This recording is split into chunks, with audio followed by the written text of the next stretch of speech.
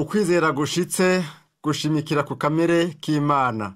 Ni ukwizera gushimikira ku kuntu Imana imeze. Ukwizera gushitse nta na kimwe kiguhungabanya. Tubahaye kaze mu kiganiro Nkorako Mwami, ikiganiro gishimikiye ku nyigisho za Bibiliya zateguwe na Dr. Charles Stanley. Hari ibintu byinshi bitera ubwoba abana, ariko uko bakura niko ibibatera ubwoba bigabanuka. Akarorero, ibice 90% by'abana bamaze imyaka 3 baratinya imbwa. Abana b'imyaka 4 baratinya umwijima. Uko tugenda dukura niko ubwoba bwacu bugenda bugabanuka. Turatinya kunanirwa canke kubura akazi canke kugwara. Ubwo bwoba burafise uruhara runini ku nyifato yacu imbere y'ibintu bimwe bimwe, mbere n'imbere y'Imana. Mbere bushobora no kutwigiza kure y'Imana mu gutuma tugira umwitwarariko no gukekeranya. Yamara Imana igomba ko twiga kugendera mu kwizera, ikaba ariyo twizigira mu ngorane zose ducamwo. Gumana natwe kandi wige kuja imbere mu kwizera. Mukaba muri kumwe na Dr. Charles Stanley muri kino kiganiro.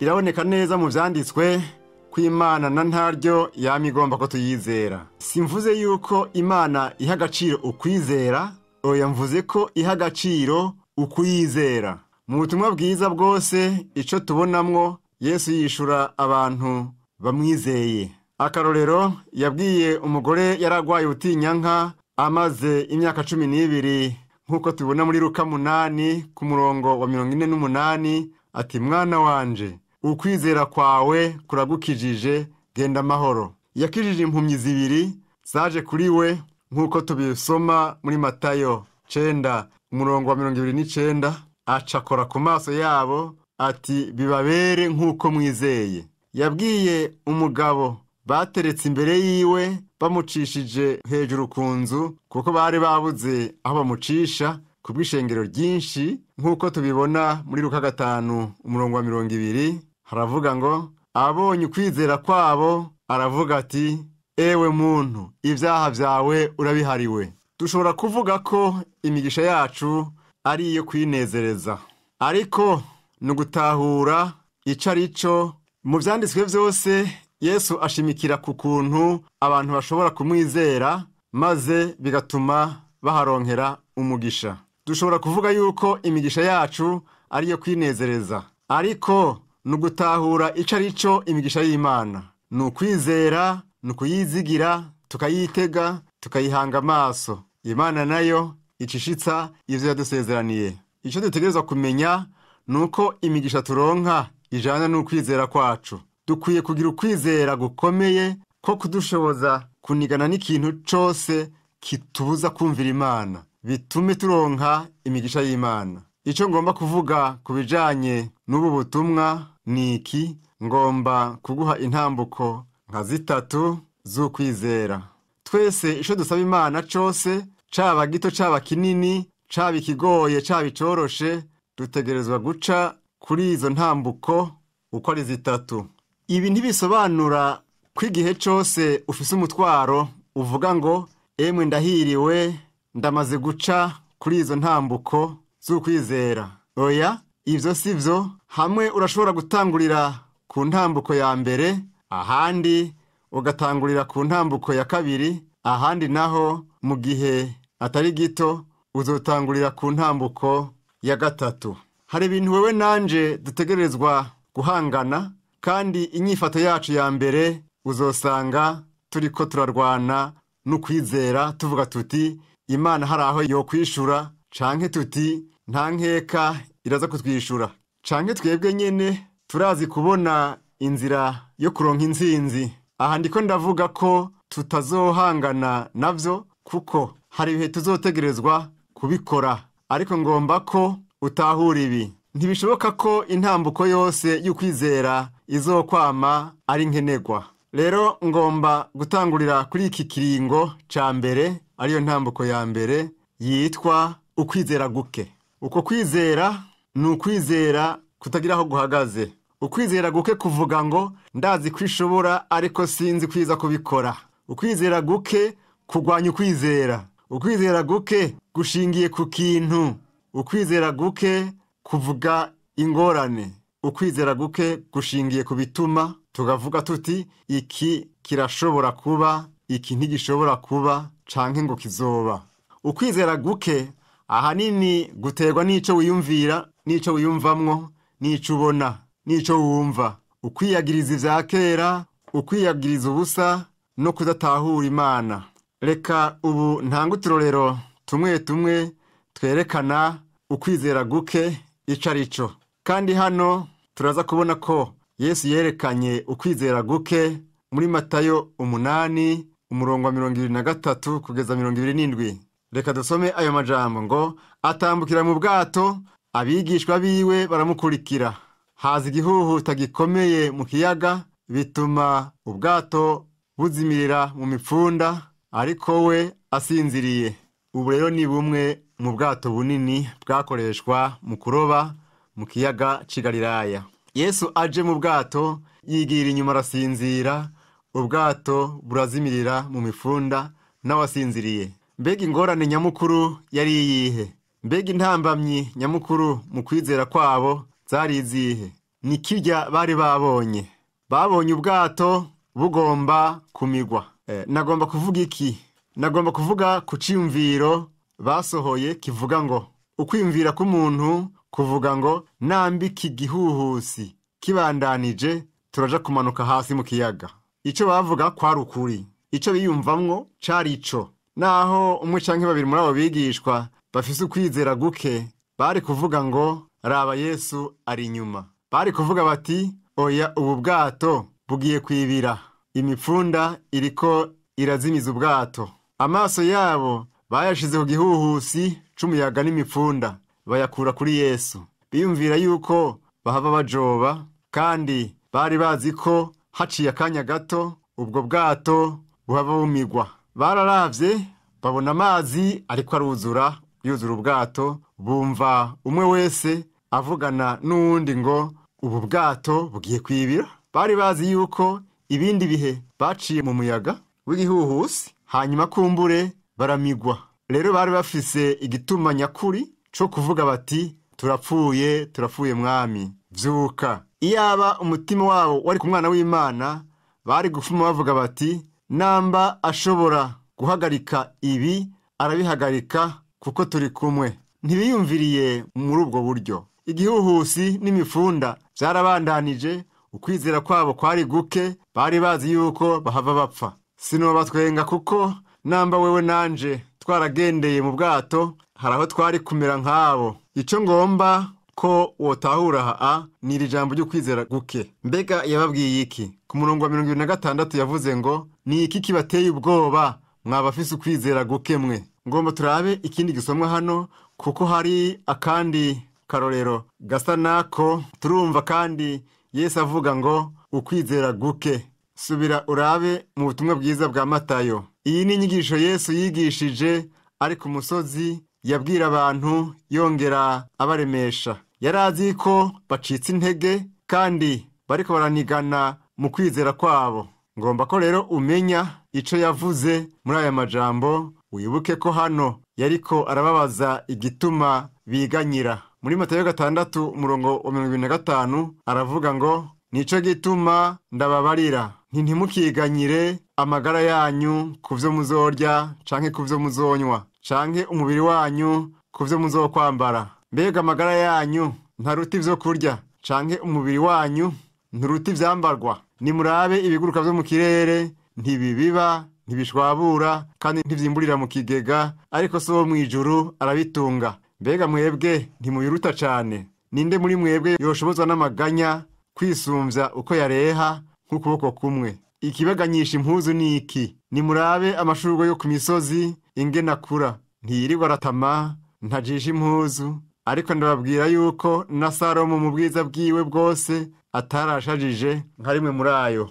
Murumva ko avuga ati murafise agaciro kanini kuruta ivyo. Ku murongo wa 30 aravuga ati none Imana ko yambika ivyatsi vyo ku misozi ityo biriho uyu munsi ariko ejo bigatererwa mu ziko, mbega ntizorushiriza kubambika mwebwe abo kwizera gukemwe? Mbega umwitwarariko wabo wari hehe? Umwitwarariko wabo wari kuvyo batari bafise, umwitwarariko wabo wari kuvyo bakenye, impuzu, indya, aho baba n'ibindi. Yababwiye ati, ni kubera iki mwiganyira kuri ivyo? Nimurabe ibiguruka, so mw'ijuru arabitunga. Nimurabe amashurwe, Imana niyo yambika ivyatsi vyo ku misozi bikaba vyiza. Namba ishobora kubikorera ivyo, kubera iki namwe itobibakorera? Irabishobora. Rero umwitwarariko wabo wari kubitari ivyo. Bari bafise ubwoba bwo kutagira ibikwiye. Nico gituma yababwiye muri Matayo 8:26 ngo, ni iki kibateye ubwoba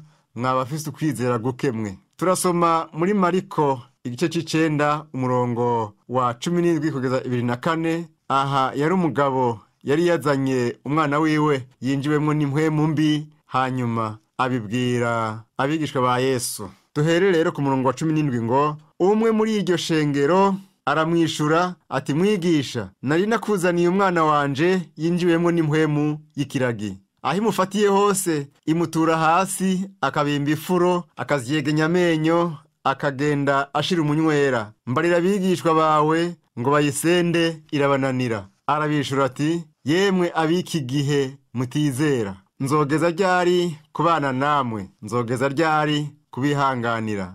Nimumunzanire. Baramuzana. Iyo mpwemu imubonye ica iramujegeza cane, aratemba, arigaragura, abimba ifuro. Yesu arabaza se, atamaze igihe kingana iki bimutera bityo? Aramwishura ati, uhereye mu bwana bwiwe. Kenshi cane imuta mu muriro no mu mazi ngo imwice. Ariko namba hari ico woshobora, tugirira akagongwe udutabare. Hano se yari yihebuye. Yabona umwana wiwe ari ku mviro, kuko yamukumbagaza mu mukungugu imbere y'abantu bose, abimba ifuro, kuko yari yarinjiwemwo n'impwemu mbi. Hanyuma Yesu aramwishura ati, uvuze ukuri uti namba wobishobora. Erega vyose bishobokera uwizeye. Se w'uwo mwana acaturika cane ati, ndizeye, fasha ukutizera kwanje. Hano tubona akarorero keza ko kugwanya ukwizera guke. Mbega uyu mugabo yabona iki? Wewe amaso yiwe yabona umwana wiwe n'iyi mpwemu mbi yamugiyemwo kuva kiri umwana. Yesu aca aramubwira ati, namba wizera ko nshobora gukiza uyu mwana, ndamukiza. Mbega ivyazibiye ukwizera kwa se w'uyu mwana ni biki? Ingorane yiwe nini ubwa mbere nico abona. Yabona kahise. Yibutse ivyabaye vyose kuri uwo mwana muri kahise. Vyari vyamubayeko imyaka myinshi. Se wiwe rero aca arata ivyizigiro. Ukwizera guke kwamana amadidane. Satani azokubwira ngo raba inyuma muri kahise. Satani agomba kukwibagiza Imana. Igihe se w'uyu mwana yashika kuri Yesu, turabona akarorero keza. Dusome muri Mariko 9 umurongo wa 24, yavuze ngo, ndizeye, fasha ukutizera kwanje. Yavuze ngo, ndakwizeye kandi nikoreye n'ingorane z'uyu mwana wanje. Uku niko yari ameze muri iyo myaka yose. Umuntu w'ukwizera guke avuga ati, ngomba kwizera, biranse ko nizera, ego ndizera, oya sinizera, ndizera, oya sinizera, mfasha nizere. Ukwizera kudashikamye si icaha. Ukwizera kudashikamye kwerekana ko dukeneye kurerwa. Tumaze kubona igikorwa c'Imana, duca dushikama mu kwizera. Niko kuva mu kwizera guke tukagira ukwizera gushitse. Tega amatwi ndakubwire, ukwizera guke kuvuga ngo, ndazi ko ishobora ariko sinzi neza ko izobikora.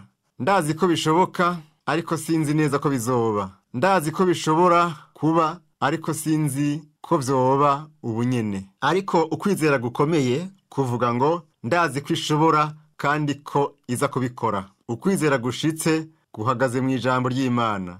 Ukwizera gushitse kwiyumvira ukwizera akamere k'Imana. Ukwizera gushitse kwizigira uko Imana imeze. Ukwizera gushitse gushingiye ku Mana, gushimikiye kuri Data. Ukwizera gushitse kugomba gutahura inzira z'Imana. Ukwizera gushitse ntigusaba no gukekeranya. n'ishavu n'amaganya. Ukwizera gushitse kumenya ubugombe bw'Imana. Ukwizera gushitse kuzokwamaho. Ukwizera gushitse ntikuvaho kubw'ibibazo, kubw'amadidane, ubwoba no kutumvikana kw'abantu. Ukwizera gushitse kwihanganira ingorane. Ukwizera gushitse gushobora kubona kure ibiboneka n'ibitaboneka. Ukwizera gushitse gushobora kumva kure y'amatwi y'abantu, kumva ijwi ry'Imana. Ukwizera gushitse gushobora kumenya mu mutima w'umuntu, gushobora kumenya ico Imana iriko iravuga naho atajwi ryumvikana mu matwi yiwe ryoba ririko riravuga. Ukwizera gushitse ntigufatiye kuri kahise, ariko gufatiye ku guharira kw'Imana. Ukwizera gushitse gushimikiye ku nzira z'Imana, ku kuntu Imana imeze, kandi ukwizera gushitse gushobora guhangana n'ingorane n'amananiza n'ibigeragezo n'ivyo ari vyo vyose. Ukwizera kurafise imvugo yako. Umviriza neza. Ukwizera kuvuga ngo ndazi ico uriko uravuga. Ukwizera kuvuga ngo ndumva ico uriko uravuga. Ukwizera kuvuga ngo ndazi uko biri kubera iki, kuko Imana ni data, nivyo yavuze, kandi ndizera ko ibikoze, kandi ndayizera uko biri kose. Kenshi turahura n'ibigerageza ukwizera kwacu kubera ivyiyumviro vyacu n'ivyo tubona, no kubera ivyo twumva bitugerageza. Abantu b'Imana barakwiye kumenya vyinshi no gutahura vyinshi kuri data, mu kumenya ivy'amahoro n'umunezero no guhimbarwa mu bugingo bwabo. Namba ivyo vyoterwa nuko bateye intambwe bakava muri urwo rugezo rwo hasi rw'ukwizera kudashikamye, ariko kwizera guke. Kenshi ntidukunda kuvyiyumvirako, ariko ukwizera gushitse ni ukwizera kuguma guhagaze. Nuko kwizera gufise intumbero nziza. Ni ukwizera gushimikiye kuri Yesu Kristo. Ni ukwizera kuzana ubugingo buva ku Mana. Ntushobora kuba mu caha hanyuma ngo uronke ukwizera guhamye, kuko kiguma kizibira ukwizera kwawe. Bisaba ko ubaho wumvira Imana. Ntibisobanura ko utazigera ukora icaha, ariko bisobanura ko umutima wawe uguma ku Mana. Twese turafise intege nke,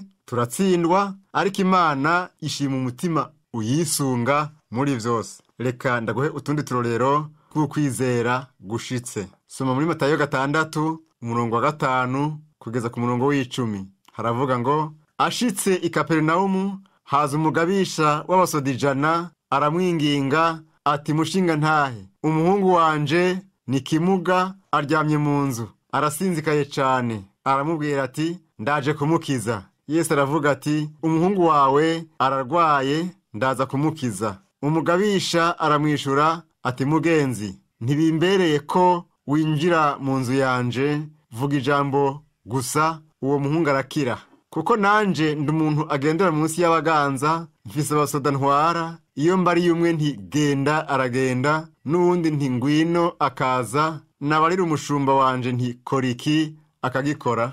Yesu avyumvise biramutangaza, abwira abamukurikiye ati, ndababwira ukuri, sinari bwabone ukwizera kungana gutyo no mu Bisirayeli.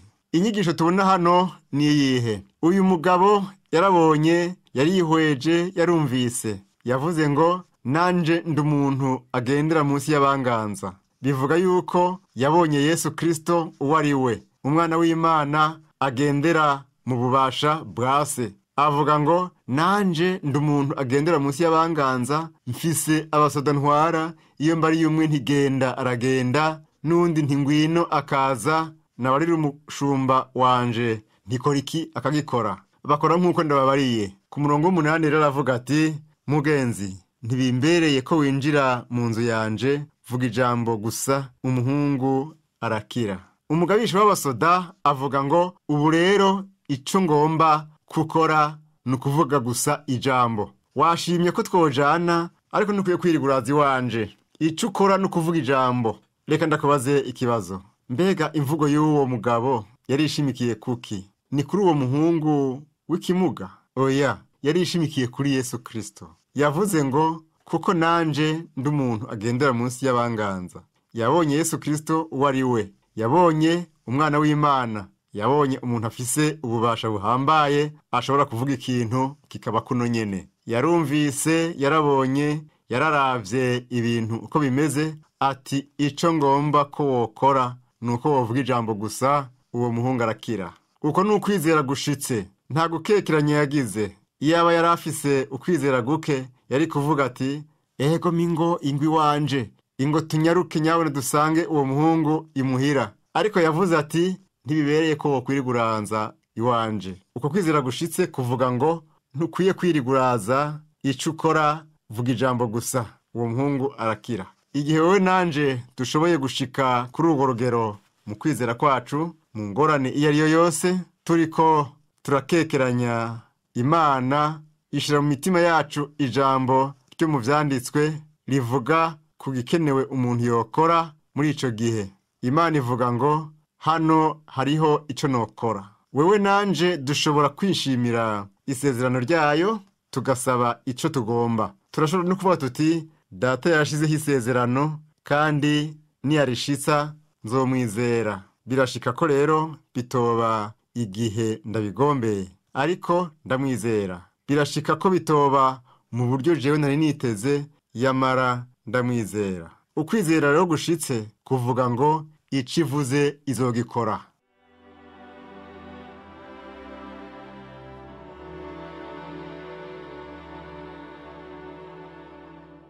Mbega vy'ukuri urizera ko Imana izokora nyene ico yasezeranye? Namwe utavyizera, turavye ubutumwa bw'uyu munsi, uri ku rugero rw'ukwizera guke. Dr. Charles Stanley agusaba kwiga ivyanditswe no kwiyumvira cane ku kamere k'Imana. Niwamenya ibikorwa vy'Uhoraho n'inzira ziwe, uzobona igituma ukwizera kwawe gukeneye kubandanya gukura. Kugira ngo urushirize gutahura ivy'Imana igomba, utegerezwa kurimbura ivyanditswe, hanyuma ugasaba Uhoraho kukurongora. Usomye muri Zaburi ya 19, uhereye ku murongo w'indwi ukageza ku wa 14, hatubwira ngo ivyagezwe by'Uhoraho biratunganye gose, bihembura ubugingo. Ivy'Uhoraho yashingiye intahe nivyo kwizerwa, biha umutungo ubwenge. Ivyagezwe by'Uhoraho yigisha biragororotse, binezereza umutima. Ivy'Uhoraho yageze nibitanduye, bihwejesha amaso. Ukubaha Uhoraho kuratunganye, kwamaho ibihe bidashira. Amateka y'Uhoraho n'ay'ukuri aragororotse gose, nivyo kwifuzwa kuruta izahabu, naho zoba inzahabu nyinshi zitarimo inkamba.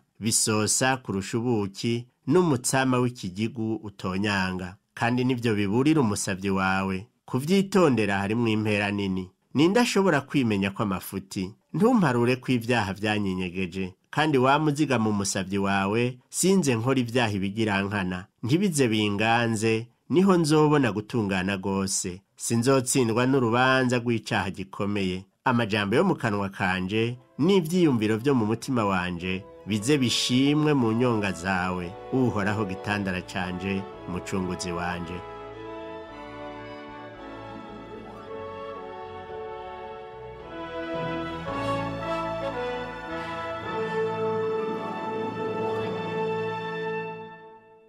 Dushikira isi yose mu rukundo rw'Imana n'imbabazi ku bantu. Inyigisho za Dr. Charles Stanley mukaba muzishikirizwa mu kiganiro Nkorako Mwami. Nshuti mugenzi, turizera ko kino kiganiro caguhimbaye. Ucumviriza ku misi ya kabiri isaha 11:30 z'agatondo, no kuwa gatandatu isaha 3:30 z'ijoro.